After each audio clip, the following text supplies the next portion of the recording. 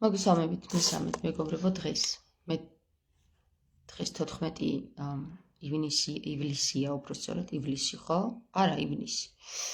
დღეს 14 ივლისია. კიდევ ერთხელ. დღეს 14 ივნისია. ვინც მოტყუდეს რა გამოვგონოთ, აბა? ვინც მოტყუდეს იმისია. ოღონდ რა არის იმისი არ ვიცი. მეგობრებო, მოდი დავასრულოთ ახლა ხუმრობა და უკვე კარგი კითხვები წამოვიდა, რაზეც ძალიან დიდი მადლობელი ვარ ყველასი. აი ეს ქალბატონი მეკითხება აგერ აქ. ბოდიში ქალბატონო თამარ, მეფე როდის გახდით, თუმცა ისეთი კაცები იბრალებენ მეფობას, იმათ ფონზე რა გასაკვირია. ქალბატონი ცირა ნიკოლაიშვილი.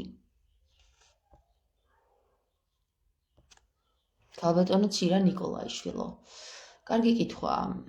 დაბრალებაზე რა მოგახსენოთ, მართალი ხართ? ნამდვილად იბრალებს ბევრი მეფობას. თუმცა არ ვიცით, შეიძლება მართლაც არიან მეფეები, მეგობრებო. მე როდის გავხდი მეფე და დაახლოებით არა, ზუსტად 824 წლის წინ. რა თქმა უნდა, თქვენ ახლა იტყვით, რომ რა დროს 852 წლის წინ არისო, დღეს 2026 წელიაო, ხო, დღეს 2026 წელია და მეფე გავხდი მე 1184 წელს. გინდ დაიჯერეთ, გინდ არა, მეგობრებო. ყველა ის ადამიანი, ვინც აღსდგა და აღმდგარია ამ ბოლო ჟამის დროს, ყველას შეუძლია გაიხსენოს და აღადგინოს სამართალმემკვიდრეობა. სამართალმემკვიდრეობა არის სულის მეხსიერება. თუ კი შენი სული გაიხსენებს, ვინ არის ის და შემდეგ დაამტკიცებს ამას, თქვენ ხართ ლეგიტიმური მეფე და დედოფალი, ქურუმი, ფარაონი თუ სხვა. მოკლედ ერთი სიტყვით, რომ ძარ წაგართვათ ბევრი დრო, გეტყვით პირდაპირ. 842 წლის წინ გავხდი მეფე. ახლა მეგობრებო, ეს მეფობა ჩემთვის ჯერ არავის წაურთვია ოფიციალურად. ხო და თუ ოფიციალურად ვინმეს მეფობის წართმევა უნდა, აწი უნდა განმიცხადოს. კი, განმიცხადოს და ხმამაღლა თქვას, რომ თამარ, შენ მეფობიდან მოხსნეს, ან წაგართვეს, ან ჩამოგაგდეს, ან გადაგაგდეს და ასე შემდეგ, მეგობრებო. ვისაც არ გჯერათ ამის, რასაც ახლა მევყვები, ეს ჩემი არანაირი პრობლემა არ არის, ეს ჩემი გადასაწყვეტი არ არის, ეს არის თქვენი უბრალოდ ღვიძლში ყოფნა, რომ ჯერ კიდევ ძილში ხართ და ვერ გამოფხიზლებულ ხართ ამ ბოლო ჟამის დროს, ვერ აღმდგარ ხართ და ვერ გიღვიძებიათ თქვენი სული.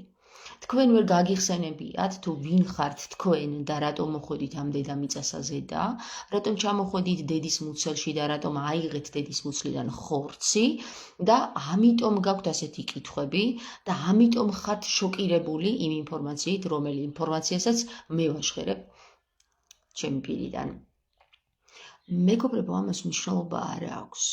დედის მუცლიდან მეორედ აიღებ ხორცს თუ მეხუთედ. არ აქვს ამას მნიშვნელობა. რაც ხარისა ხარ და სულის მეხსიერებაში თუ ჩაიხედავ, ისა ხარ, ვინც ხარ, მეტი ვერავინ ვერ ხარ და ვერც ნაკლები ვერ ხარ. ამიტომ ჩემო საყვარელო ხალხო, რომელთაც ჯერ გძინავთ და აი ეს გოგორებს ბოდავსო, ფიქრობთ, ხო? თქვენ მოგიწევთ ბევრი ბრძოლა იმისათვის, რომ ჯერ დამოუკიდებლობა მოიპოვოთ. მაგალითად, გახვიდეთ მიტინგებზე, იბრძოლოთ, იყვიროთ, არა ეს ექნა, არა ის ექნა, არც ემო ჩვენი შვილები, არც ემო პატიმრები, არც ემო დედები, არც ემო მამები. თქვენ მოგიხდებათ ამ ბრძოლების გადატანა, რადგან ჯერ კიდევ ერთი და იგივე სანსარა წრეზე ტრიალებთ. ხოლო მათ, რომელთა განაღვიძეს მათნი სულნი, ამ თამაშში აღარ გაისვრიან ხელს, რამე თუ სანსარიდან გასულნი ისაუბრებენ სრულიად სხვაგვარად. ახდიან ყველა საკითხს ფარდას, ვითარცა დაიბარა იესო ქრისტემ, არ არის დაფარული, რომ არ გაცხადდესო. თქვენ შეიძლება უჩვეულოდ გეჩვენებით და არც მიგვირს, რამე თუ თქვენ ჯერ გძინავთ და ვერ ხვდებით, ვინ არის ეს ქალი. არის ეს მართლა თამარი თუ არ არის ეს მართლა თამარი. თქვენ მაგას ვერ მიხვდებით, ვერას დროს. სანამ არ გადაწყვიტავთ, გინდათ აღდგომა თუ არ გინდათ აღდგომა. თუ თქვენ არ გინდათ აღდგომა, გააგრძელებთ იგივე თამაშს. დაიბადებით და გარდაიცვლებით. დაიბადებით და გარდაიცვლებით იქამდე, სანამ არ მიაღწევთ იმ ცნობიერებას, რომელიც ცნობიერებიდანაც ეხლა მე თქვენ გესაუბრებით. თუმცა ვიღაცეები ასეთ საუბარს ზოგი სალსობას აწერს, ზოგი სიგიჟეს აწერს, ზოგი გენიოსობას აწერს და ზოგი რას არ აწერს, მაგრამ მე გეტყვით ერთ რამეს. აღმდგარია ის, ვინც გაცოცხლდა, ხოლო მკვდარია ის, ვინც ეძებს ჯერ კიდევ თავის თავს. თქვენ გატყუებენ, თქვენ გიყვებიან სრულიად შეთხზულ ზღაპრებს, რომელიც არის თითქოს და კეთილი და ბოროტი, რომელიც არის თითქოს და ეს ცუდი და ის კარგი. სინამდვილეში ყველაფერი თავზე დგას. იცით, ვინ იყო კეთილი ანგელოზი? ის, რომელმაც მისცა ადამიანებს ცნობიერება. გაიხსენეთ, ვინ იყო ეს?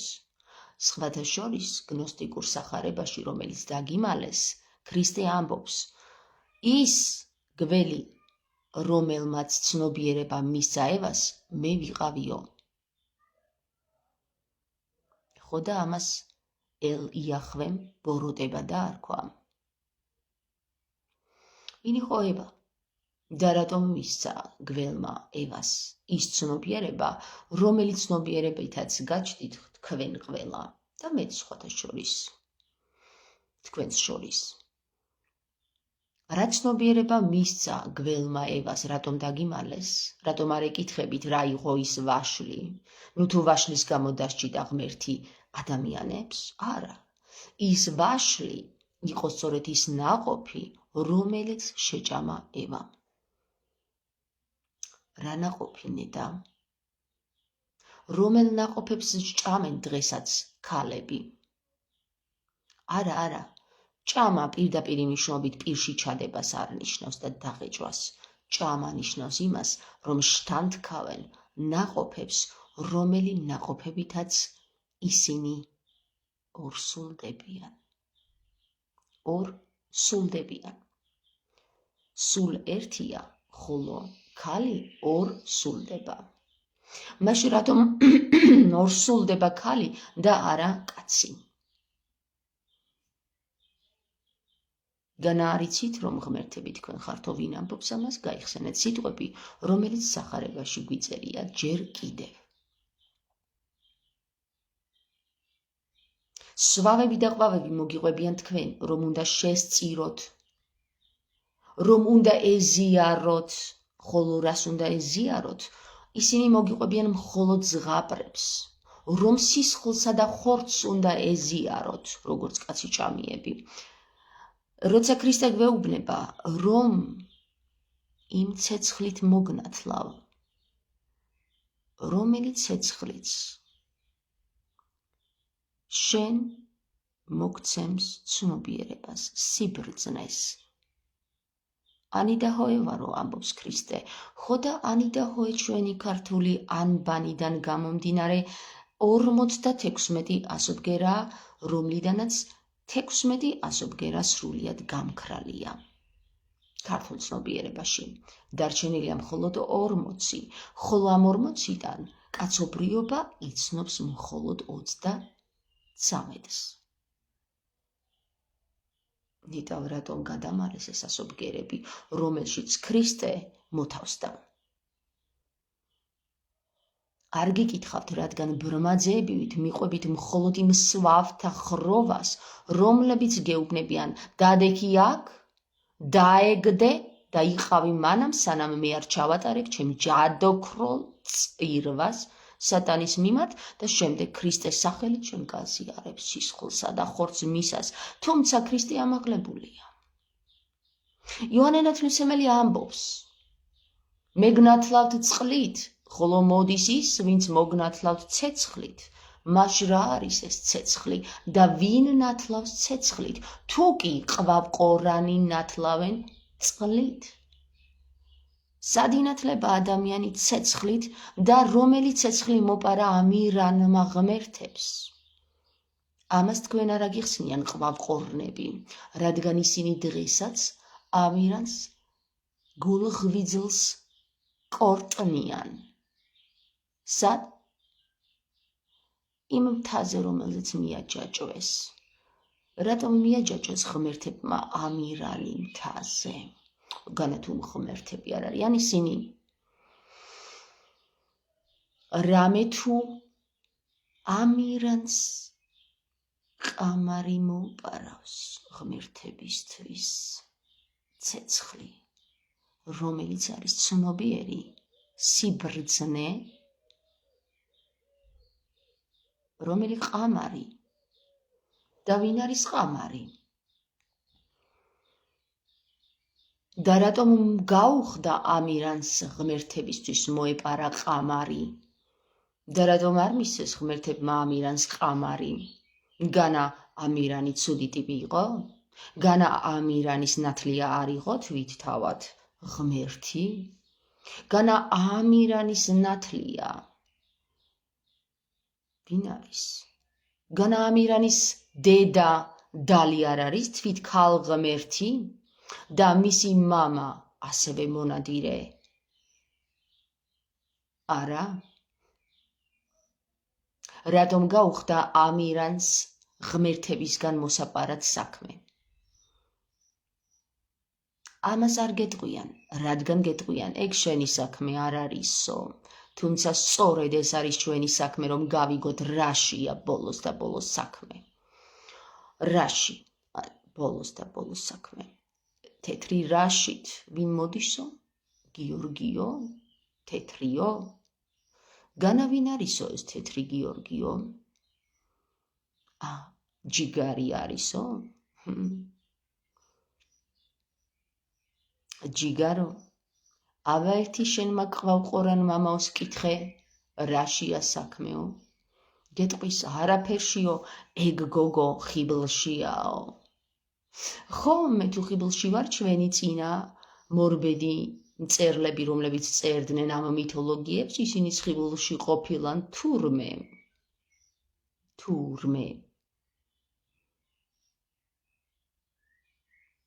შენ ვერ გაიგებ ამ ყველაფერს, რადგან შენი გონება ჩასმულია ჩარჩოში, რომელიც კარგად გამოძერწეს ყვავყორნებმა და გითხრეს, შენი საქმე ეს არის დაეგდე და იყავი ჩვენი ლუკმა. შემოგვწირე, გვემონე და დაგვემონაზონე. მონაზღვენები განიხადეს სრულიად ერი. რატომ ნეტამ? რატომ სჭირდება ღმერთს ღვენები ან და მონები? არა, ამირანი არ ყოფილა არც მონა და არც ღვენი. ამირანი იყო მსხვერპლი, დარისი მსხვერპლი. ამირანი იყო სწორედ იმ ცეცხლის მსხვერპლი, რომელიც ცეცხლიც მან ადამიანებს მისცა, რომელიც ცეცხლი მისცა ადამიანებს. სიყვარული იყო ეს ცეცხლი. ხო და ეს ცეცხლი შემდეგ ქრისტემ კვლავ განაახლა ადამიანებში, თუმცა კვლავ ყვავყორნებმა აცვეს ჯვარს და შემდეგ მისი სისხლი და ხორცი პირში ჩაგდენეს დღემდე. ხო და ასე გაგრძელდება იქამდე, სანამ შენ გეძინება, ჩემო კარგო ცისანა, თუ რაც გერქვა, არ ვიცი, დამავიწყდა უცბად ციალა თუ რაღაც ესეთი. ხო, ასე რომ ჩემო კარგო, გაიღვიძე, შენ ბევრი რამ გაქვს სასწავლი, მაგრამ სანამ ისწავლი, სიყვარული არის შენში შემოსასვლელი, ის სიყვარული, რომელიც წაგართვეს ღმერთებმა.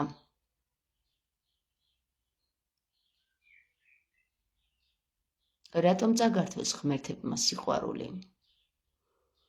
და რატომ დღემდე ვერ მოახერხეს ღმერთებმა ის, რომ ადამიანი იყოს თავის მეორე ნახევართან ერთად და არა თავის ვიღაც არა ნახევართან ერთად. კარგი ფიქრია მაგაზე, ხო? შენი ქმარი თუ გყავს რომელიმე, ან ქმრები თუ გყავს რამდენიმე, ყვარებია ოდესმე? არა, ქართველი საზოგადოების 99%-ს თავისი მეუღლე, მეორე ნახევარზე არ მაქვს ლაპარაკი, მისი მეუღლე არასდროს ყვარებია. ხოლო 1%-ს გაუმართლა. რატომ ხდება ასე? განათუ ვერ მოახერხეს ღმერთებმა, რომ ადამიანები დააწყვილონ ისე, რომ წყვილ-წყვილად სიყვარულით აღსავსე ოჯახები იყოს. ბოროტი ჩაუდგება ხოლმე უცბად შუაში და ის უშლის ხელს ღმერთებს.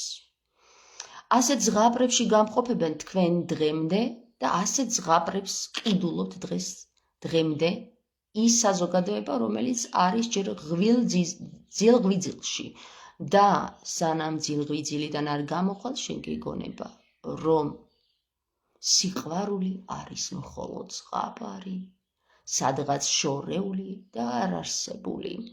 რეალურად გეტყვი, რომ სიყვარულს მხოლოდ ღმერთები აფარებენ ხელს. რატომ? რატომ და იმიტომ, რომ არ გახდეს შენს ერთ-ერთი მათგანი და არ მიაღწია უფრო მეტს, როგორც ქრისტე გვეუბნება, თქვენ ხართ ღმერთები იმუშავე გულზე, გახსენი იგი და შენ უფრო მეტს მიაღწევ, ვიდრე მე მივაღწიო, ამბობს ქრისტე. ხოლო შენ ქრისტეს მაგივრად უსმენ ყვავყორნებს და მათი სიტყვები უფრო ამება ხოლმე, ვიდრე ქრისტეს სიტყვები, რომელიც ძნელად შესასრულებელია. განა იმიტომ, რომ რთულია იმის გაკეთება, რაც ქრისტემ დაგიბარა, არა. იმიტომ, რომ რთულია იმ ბარაკონის გადალახვა, რომელიც დაგიწესეს ყვავყორნებმა და რომლებმაც გითხრეს, ფეხი არ გადაადგა, არ გაბედო. თორე დაისჯები სატან ჯუელში, თუმცა დაგიმალეს ის, რომ სატან ჯუელში უკვე ხარ. და ჯოჯოხეთიც ამას ქვია.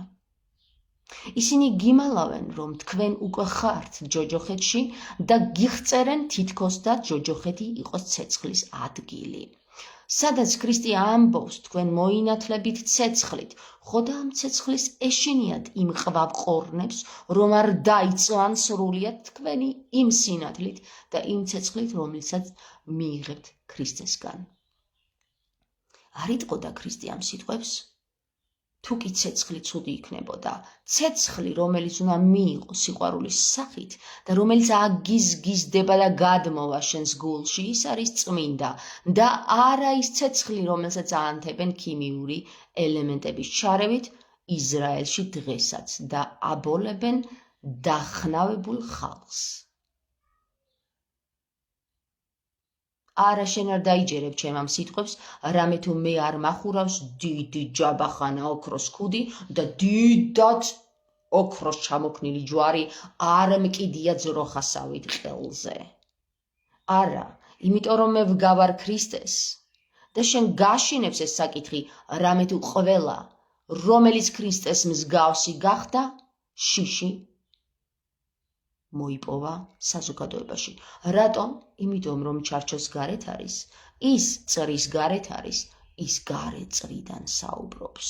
ხოდა შენ წრის შიდა მხარეში, როგორც იხარშები იმ სასუფე ველში და სუფივით რომ მიგირთმევენ შემდეგ ულუფ-ულუფებად, ეს გსიამოვნებს რატომღაც. რატო? იმიტომ, რომ ერთი და იგივე წრეზე დადიხარ, გადიხარ და შემოდიხარ, დედის მუცლიდან იღებ კვლავ და კვლავ ხორცს და რეინკარნაციის, ისე გეშინია როგორც ჭირი, რამე თუ მართლაც ძალიან რთული პროცესია ერთ წერტილში ჩატევა. წარმოგიდგენია, რომ ერთ წერტილად გადაიქცე? ჰო, არ მითხრა ეხლა, რომ არ ვიყავიო. კი, სწორედ ერთი წერტილიდან მოდიხარ. სწორედ იმ წერტილიდან, რომელმა წერტილმაც იპოვა მეორე წერტილი, შეერთდა და დაიწყო შენი სახის წარმოქმნა, ანუ შენი არსის ბეჭვდა.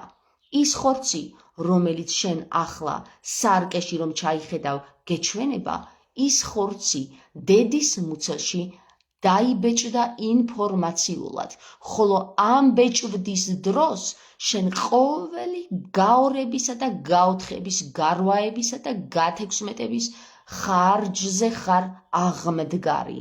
ხო და სწორედ შენ სულს იმიტომ ეშინია რეინკარნაციის გაგონება, რომ გული უსკდება, ვაი თუ კიდე მოგიწიოს ამის გავლა.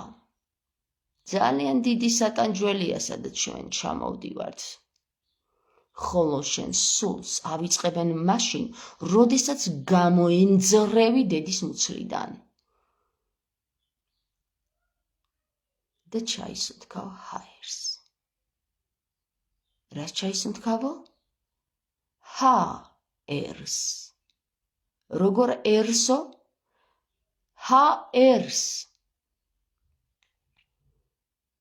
ჰე ღმერთო ერთო, შენ შექმენ სახე ყოვლისა ტანისა.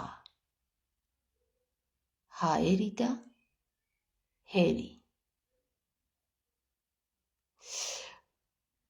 სანამ შენ ქართულ სიტყვიერების არსში ჩაიხედავ, მანამდე მე მიწოდებ წერა-კითხვის უცოდინარს. იცით რატომ? იმიტომ რომ გარეგნული გაბრმავებთ და რადგან თქვენ ზეპირად დამახსოვრებული წერა-კითხვის მცოდნეები გონიათ თავი დიდად ფილოსოფოსები და მეცნიერები, მანამდე თქვენ იმ ადამიანებს, რომელშიც ჯერ კიდევ პატარ-პატარა დასახვეწი საკითხებია, უყურებთ მხოლოდ ნეგატივს. და ის დიდი, რომელიც მასთან მოტანილი აქვს, სულ გავიწყდებათ და ფეხზე კიდიათ, რამე თუ ამ პატარა ხინჯმა დაგაბრმავათ უმალ, ყვა ყორნების აღზრდილებო. ფუი ეშმაკს ამ დედამიწასა ზედა და გამარჯვებულ ქრისტეს დიდება, რომელმაც მოიპოვა ყოვლად მყრობელობა ამასაც დედამიწასა ზედა და ამ დედამიწის იქით ყარსში. შენ ვერ გაიგებ ჩემს სიტყვებს, რამე თუ უცნაურად და უჩვეულოდ მოგეჩვენება და იტყვი ასეთ რამეს, დაიჭირეთ ეს გოგო, ქრისტიანები, ძალიან ქრისტიანული სულისკვეთებით. დაიჭირეთ ეს გოგო, რატომ ალაპარაკებთ? ჩასვით საგიჟეთში, რატომ ალაპარაკებთ? ვინ ალაპარაკებს ამ გოგოს? ძალიან ქრისტიანული სულისკვეთებით ამოვა თქვენი პირიდან ეს ფრაზები. და გარემოც დაგიჯერებთ თქვენ, რამე თუ თქვენ ხომ დიდებული მართლმადიდებელი ხართ, ძალიან ქრისტიანული სულისკვეთებისა, რომლებიც მოითხოვენ ქალის ჩაქოლვას.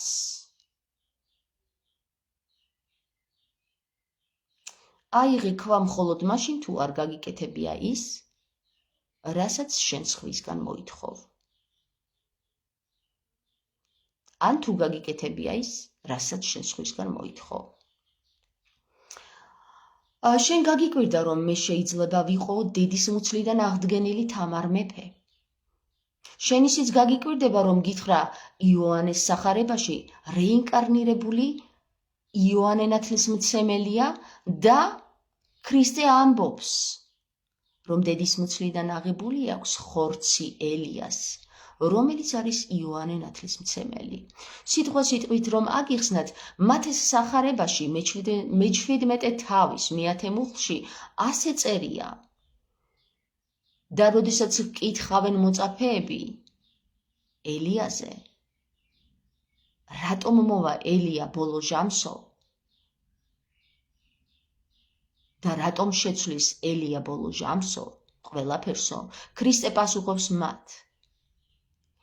ელია მართლაც მოვა ბოლო ჟამს და შეცვლის ყოველივეს.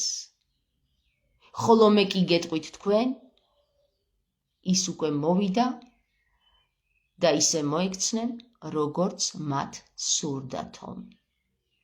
და მოწაფეები მიხვდებიან, რომ ქრისტე საუბრობს იოანე ნათლისმცემელზე. მაშასე თქვენ დღესაც ელოდებით ელიას მოსვლას, რომელსაც მოაჭრიან თავს, თუმცა ეს უკვე მოხდა ქრისტეს დროს ჯვარცმამდე.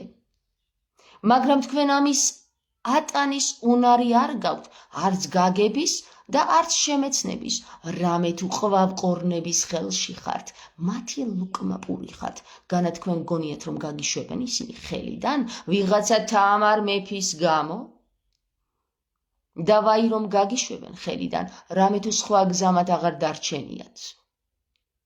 ვაი მათ, ვინც ამდენ ხანს აწამებდა კაცობრიობას, ადამიანთა მოდგმას, ყვავყორნების, წერტილის დასმა იყოს. ამინ, ამენით იესო ქრისტე. ახლა მეგობრებო, თქვენ გამოფხიზლების გზაზე დგახართ, გინდ დაიჯერეთ და გინდ არა, მე ვარ თუ არა თამარ მეფე, ამას მნიშვნელობა არ აქვს. გაიგე ის, რაც გამოდის ჩემი პირიდან და გამოფხიზლდი, ასეთია ბრძანება ზეციდან და თუ არ გინდა გამოფხიზლდება, ნება შენია და რაც მოგელის დავითაო, ყველა შენი დავითაო. ქართველო, დიდო ქართველო, იცხოვრე იბედნიერე ვის რას უშავებ, მე ვუშავებ ძალიან ბევრ ყვავყორანს, ხელს ვუშლი ტყუილების გავრცელებაში და იმ ზღაპრების მოყოლაში, რაშიც დღეს ამყოფებდნენ საზოგადოების დიდ ნაწილს, რაშთა, კაცთა და ადამიანთა მოდგმას.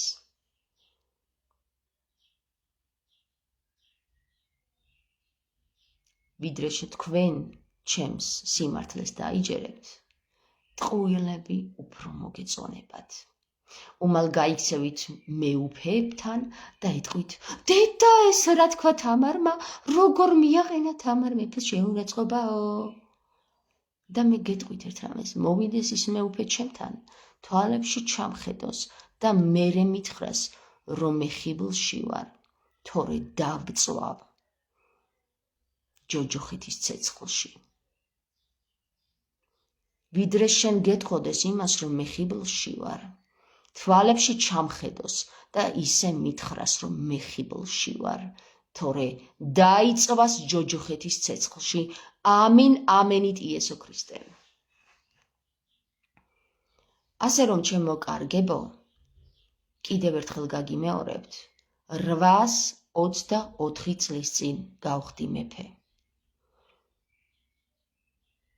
დავიბადე მეორედ და გესაუბრები ახლა შენ ამ საკითხებზე. გინდ დაიჯერე და გინდ არა, ეს ჩემი საქმე არ არის. კარგად.